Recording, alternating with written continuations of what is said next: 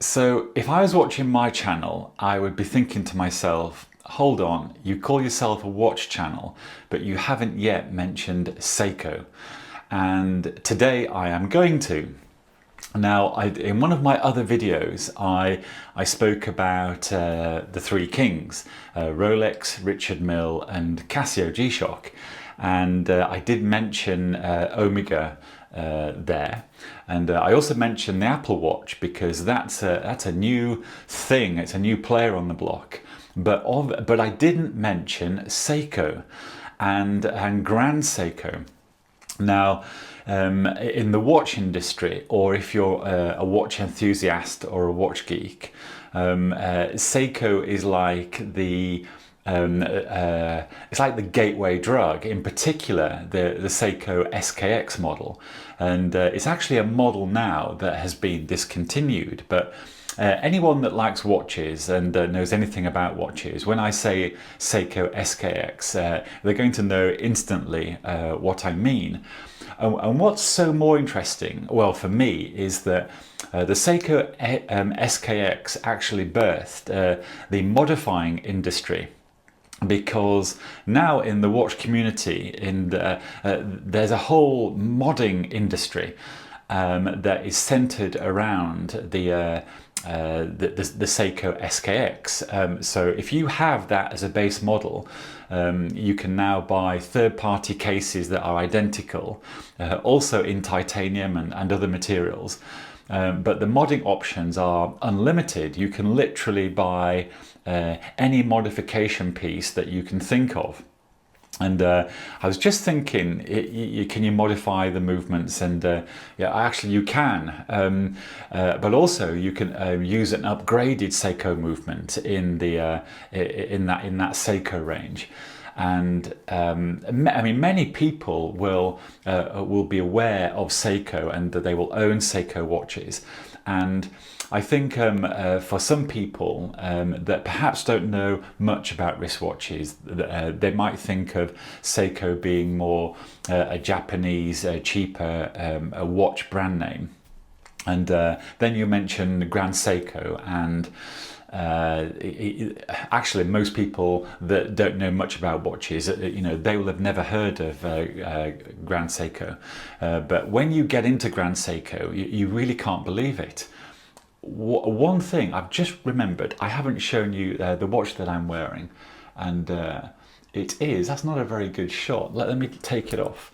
This is a dive watch style. This is a dive watch called it was actually made by Armida, and this is it's a 45 millimeter thing, so it's a great big watch actually.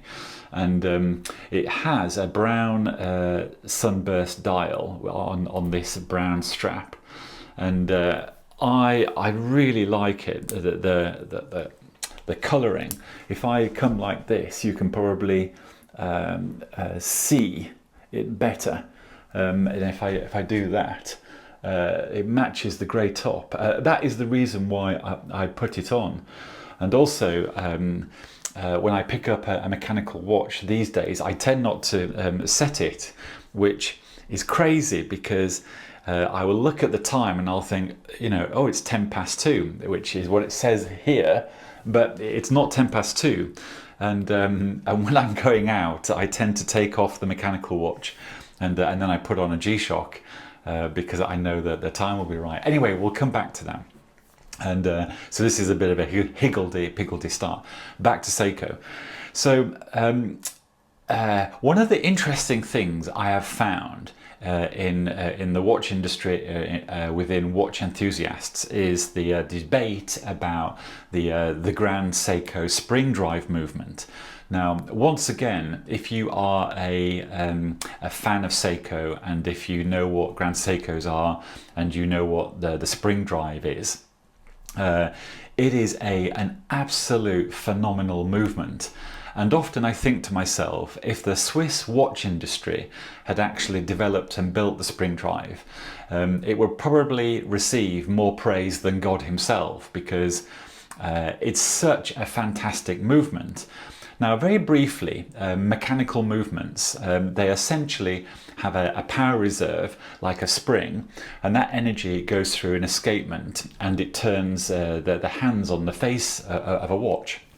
So that's essentially what a mechanical watch is, and it's either manual wind or it's automatic. And if it's automatic, it basically has a counterbalance weight on the movement that turns around and winds up the spring.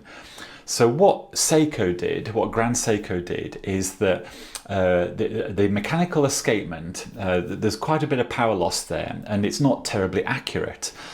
So they thought to themselves, why don't we change that mechanical escapement for an electronic escapement using a crystal?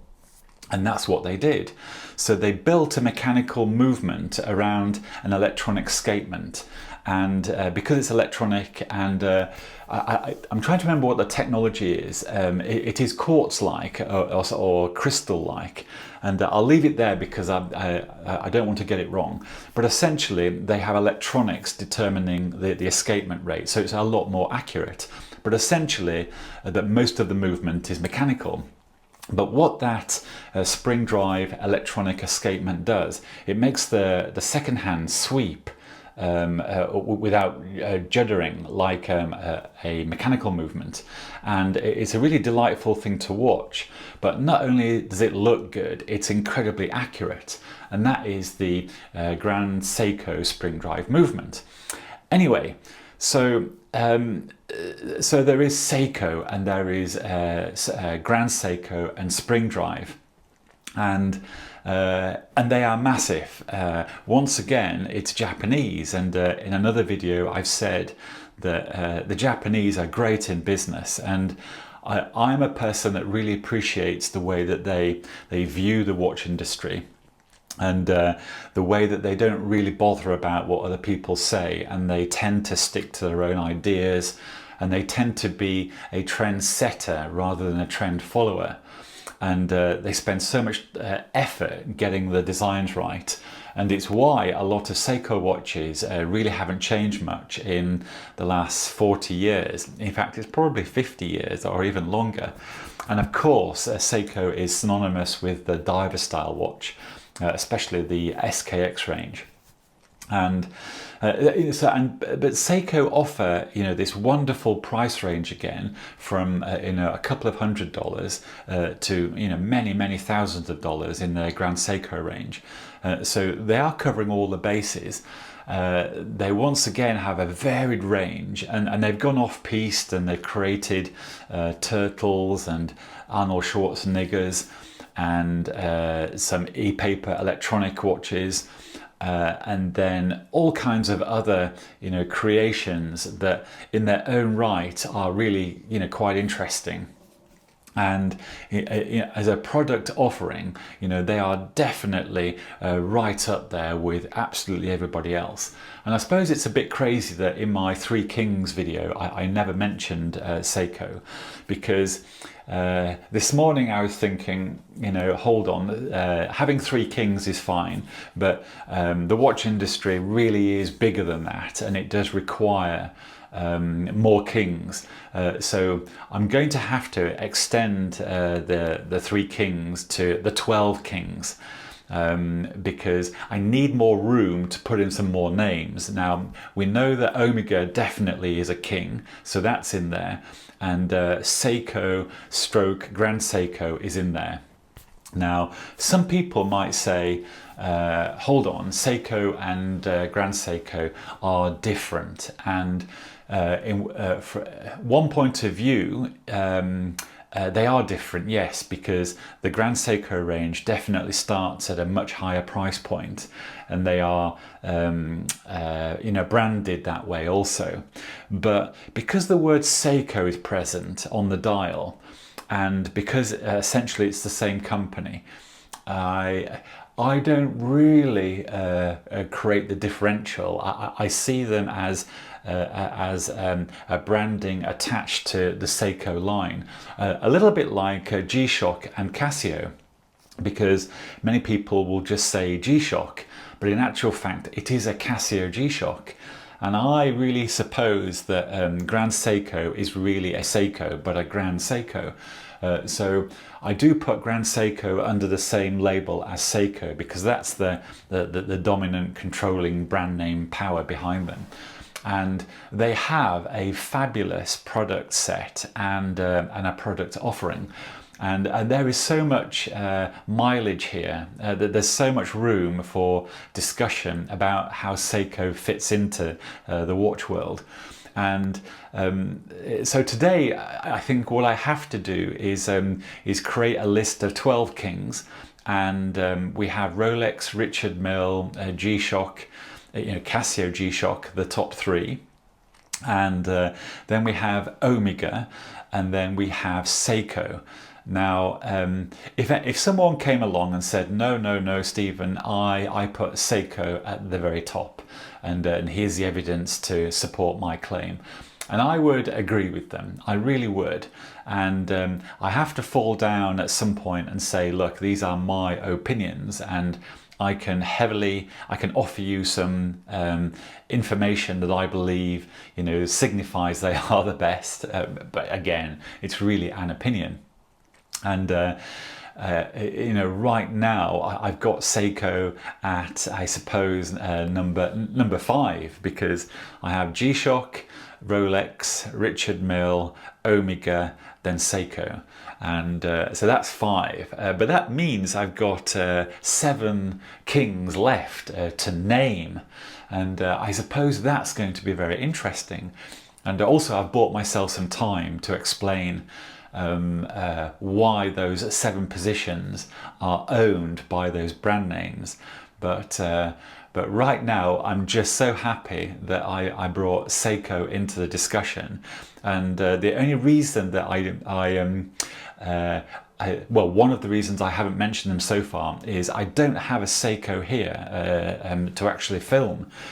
So what I may do after this video, I'm going to put into the video lots of still images of Seiko watches that I've taken photographs of before, and there's actually quite a few.